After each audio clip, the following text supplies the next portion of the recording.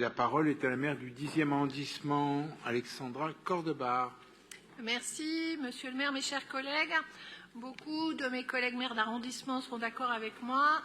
L'importance d'être tenace en politique, c'est une partie de notre récit et du récit de cette délibération qui marque une nouvelle étape importante pour les 6 millions de personnes qui transitent chaque année par la station de métro La Chapelle, à cheval, vous l'avez dit, entre le 18e et le 10e.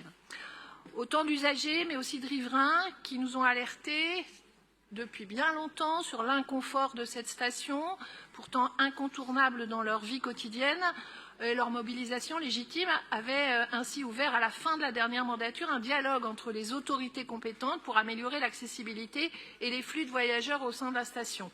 La concertation avait permis, dès l'automne 2019, de permettre à l'ensemble des parties prenantes, usagers, riverains, Ville de Paris et bien sûr Île-de-France Mobilité, de retenir un aménagement conduisant la reconstitution de l'accès ouest historique, la réalisation d'un nouvel accès à l'est de la station et enfin sa mise en accessibilité, le sujet qui nous a occupés ce matin, qui sera ensuite consolidé par une étude de faisabilité.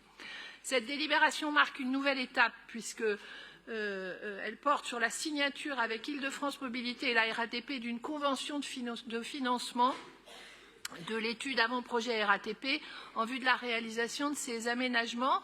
L'équipe municipale du 10e est engagée de longue date pour faire exister ce projet. Je ne peux que me réjouir de cette nouvelle avancée vers l'amélioration de la vie quotidienne de ceux et celles qui vivent et travaillent à Paris. La prochaine étape n'en sera pas moins déterminante et tous mes collègues qui siègent au sein du conseil d'administration d'Île-de-France Mobilité seront mobilisés.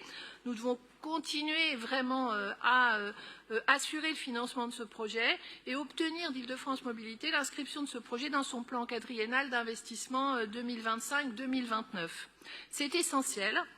D'autant plus qu'en termes d'urbanisme, ce projet s'inscrit dans vraiment une très grande modification de nos quartiers 10e et 18e, puisque l'hôpital Lariboisière s'ouvre aujourd'hui vers le nord et change complètement sa configuration. Et la gare du Nord, vous le savez, nous avons souhaité avec les habitants et l'ensemble des usagers qu'elle puisse également s'ouvrir vers le nord. Donc cet aménagement de la station accompagne l'ensemble de ce changement profond de l'urbanisme de ce quartier.